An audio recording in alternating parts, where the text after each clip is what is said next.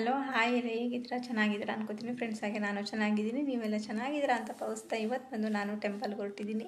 ಎಲ್ಲಿಯಪ್ಪ ಅಂತಂದರೆ ಇಲ್ಲೇ ನಮ್ಮ ಮನೆ ಹತ್ರ ಇರುವಂಥ ಇನ್ಫೋಸಿಸ್ ದೇವಸ್ಥಾನ, ಲಕ್ಷ್ಮೀ ವೆಂಕಟೇಶ್ವರ ದೇವಸ್ಥಾನ. ತುಂಬಾ ಪವರ್ಫುಲ್ ಆದ ದೇವಸ್ಥಾನ, ತುಂಬ ಪ್ರಾಚೀನ ಕಾಲದ ದೇವಸ್ಥಾನ, ತುಂಬಾ ಶಕ್ತಿ ಉಳ್ಳವಂಥ ಲಕ್ಷ್ಮೀ ದೇವಿ. ಮತ್ತು ಅಲ್ಲಿ ಶಾಸ್ತ್ರನೂ ಹೇಳ್ತಾರೆ, ಏನಾದ್ರು ಒಂದು ಒಳ್ಳೆಯದು ಕೆಟ್ಟದ್ದು ಏನಾದ್ರು ಇದ್ರು ಅಂತ. ಮತ್ತು ನಾವು ಅಲ್ಲಿ ಹೋಗಿ ಏನಾರು ಪೂಜೆ ಮಾಡ್ಕೊಂಡು ಏನಾರು ಅನ್ಕೊಬಂದರೆ ಖಂಡಿತ ಸಕ್ಸಸ್ ಅನ್ನೋದು ಸಿಗುತ್ತೆ. ತುಂಬಾ ಅದ್ಭುತವಾಗಿದೆ, ಪ್ರಶಾಂತವಾದ ಜಾಗ. ಮತ್ತು ಅಲ್ಲಿ ಚೌಟ್ರಿಗಳಾಗಿದೆ, ಮತ್ತು ವಿಶಾಲವಾದ ಜಾಗ ಮಾತ್ರ ನೋಡೋಕ್ಕೆ ಎರಡು ಕಣ್ಣು ಸಾಲದು. ಅಲ್ಲಿ ಕುತ್ಕೊಂಡ್ರಂತೂ ಈಚೆಗೆ ಬರೋಕ್ಕೆ ಮನಸ್ಸಾಗಲ್ಲ, ಅಷ್ಟು ಚೆನ್ನಾಗಿದೆ ದೇವಸ್ಥಾನ. ಬನ್ನಿ ಕರ್ಕೊಂಡು ಹೋಗ್ತೀನಿ. ಆಲ್ಮೋಸ್ಟ್ ನಾನು ಇವಾಗ ಅಮ್ಮನ ಮನೆಯಿಂದಲೇ ಆ ದೇವಸ್ಥಾನಕ್ಕೆ ಹೋಗ್ತಿದ್ದೀನಿ. ಆಲ್ಮೋಸ್ಟ್ ನಾನು ಅಮ್ಮನ ಮನೇಲೇ ಇದ್ದೀನಿ, ಸ್ವಲ್ಪ ಹುಷಾರಿಲ್ಲದ ಕಾರಣ ಇಲ್ಲಿಂದಲೇ ನಾನು ದೇವಸ್ಥಾನಕ್ಕೆ ಹೋಗ್ತಾಯಿದ್ದೀನಿ. ಬನ್ನಿ ತೋರಿಸ್ತೀನಿ ಯಾವ ಥರ ಇದೆ ಅಂತ. ಫ್ರೆಂಡ್ಸ್, ನಾವು ಅದೇ ಟೆಂಪಲ್ಗೆ ಬಂದ್ವಿ. ತುಂಬಾ ಅದ್ಭುತವಾದಂಥ ಒಂದು ಟೆಂಪಲ್, ಮನಸ್ಸಿಗೆ ನೆಮ್ಮದಿ ಕೊಡುವಂಥದ್ದು, ಪ್ರಶಾಂತತೆ ಕೊಡುವಂಥ ಪ್ಲೇಸ್ ಮಾತ್ರ ಇದು ಇನ್ಫೋಸಿಸ್ ಹತ್ರ ಇರೋದು. ತುಂಬ ಜನಕ್ಕೆ ಗೊತ್ತಿಲ್ಲ ಇನ್ಫೋಸಿಸ್ ಹತ್ರ ಈ ಥರ ಒಂದು ಲಕ್ಷ್ಮೀ ದೇವಸ್ಥಾನ ಇದೆ ಅಂತ. ಖಂಡಿತ ತುಂಬ ಜನಕ್ಕೆ ನಮ್ಮ ಮೈಸೂರಲ್ಲಿರೋರಿಗೂ ಗೊತ್ತಿಲ್ಲ. ಅಂಥ ಒಂದು ದೇವಸ್ಥಾನ ತುಂಬ ಪ್ರಶಾಂತ. ಮತ್ತು ಇಲ್ಲಿ ಮದುವೆ ಎಲ್ಲ ಮಾಡಿಸ್ತಾರೆ, ಮಠ ಇದೆ, ಚೌಟ್ರಿನೂ ಇದೆ. ಮತ್ತು ಇದು ಬಂದು ಲಕ್ಷ್ಮೀ ದೇವಸ್ಥಾನ.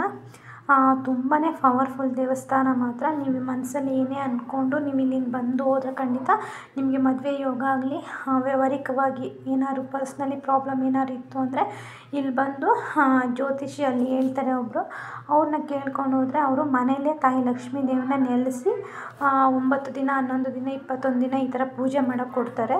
ಆ ಪೂಜೆ ಮಾಡೋಷ್ಟರೊಳಗೆ ನಿಮಗೆ ಕಂಕಣ ಕೂಡ ಬರುತ್ತೆ, ಮಕ್ಕಳಾಗದಿದ್ರಿಗೆ ಮಕ್ಕಳಾಗುತ್ತೆ, ನಿಮ್ದು ಯಾವುದೇ ಒಂದು ಸಂಕಷ್ಟ ಇದ್ರೂ ಬಗೆಹರುತ್ತೆ. ಇದು ಬಂದು ವೆಂಕಟೇಶ್ವರ ಸ್ವಾಮಿ ದೇವಸ್ಥಾನ. ಇದಿಷ್ಟು ನೀವು ಏನೇ ಮನಸ್ಸಲ್ಲಿ ಅಂದ್ಕೊಂಡು ಬಂದು ಇಲ್ಲಿ ಹೋದರೆ ಮಾತ್ರ ಖಂಡಿತ ತುಂಬ ಜನ ಬರ್ತಾರೆ. ಬೆಳಿಗ್ಗೆ ಹೊತ್ತಂತೂ ತುಂಬಾ ರಶ್ ಇರುತ್ತೆ. ನಾನು ಬಂದು ಸಂಜೆ ಹೋಗಿದ್ದು. ಮತ್ತು ಇದು ಬಂದು ಆದಿಚುಂಚನಗಿರಿ ಸಂಸ್ಥೆಯಿಂದ ನಡೆಸ್ತಾ ಇರೋವಂಥದ್ದು.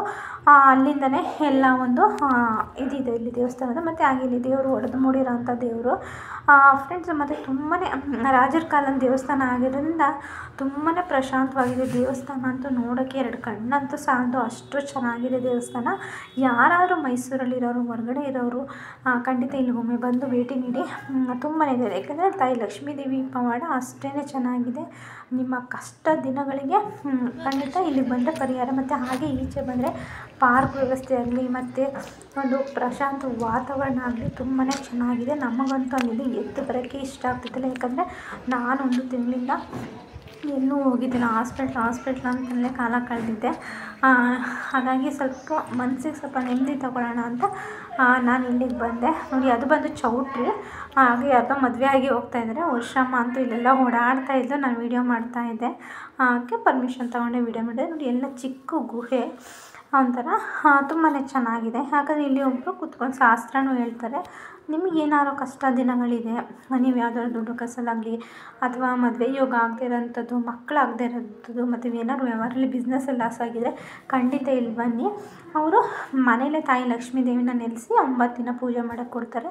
ಖಂಡಿತ ನಿಮಗೆ 9 ದಿನದೊಳಗೆ ನಿಮ್ಮ ವ್ಯವಹಾರ ಎಲ್ಲ ತುಂಬ ಸಕ್ಸಸ್ ಅನ್ನೋ ದಿನಗಳನ್ನ ನೀವು ಕಾಣ್ತೀರಾ. ಅಷ್ಟು ಪವರ್ಫುಲ್ ತಾಯಿ ಲಕ್ಷ್ಮೀ ದೇವಿ ಮಾತ್ರ. ಫ್ರೆಂಡ್ಸ್, ಈ ವಿಡಿಯೋ ನಿಮಗೆ ಇಷ್ಟ ಆದರೆ ಪ್ಲೀಸ್ ಲೈಕ್ ಮಾಡಿ, ಕಮೆಂಟ್ ಮಾಡಿ, ಶೇರ್ ಮಾಡಿ, ಸಬ್ಸ್ಕ್ರೈಬ್ ಮಾಡ್ಕೊಳ್ಳಿ. ಯಾರಾದರೂ ಮೈಸೂರಲ್ಲಿ ಗೊತ್ತಿಲ್ಲದಿದ್ದರೂ ಖಂಡಿತ ಬನ್ನಿ. ಇದು ಬಂದು ಹೆಬ್ಬಾಳು ಇನ್ಫೋಸಿಸ್ ಹತ್ರ ಇರುವಂಥ ದೇವಸ್ಥಾನ. ತುಂಬಾ ಚೆನ್ನಾಗಿದೆ. ಹಾಗೆ ವರ್ಷಮ್ಮನು ನಾನು ಹಾಗೆ ಒಂದು ಸೆಲ್ಫಿ ತಗೊಂಡು ಮತ್ತು ಹಾಗೆ ಮನೆಗೆ ಹೊರಟ್ವಿ ಇವಾಗ ನಾವು.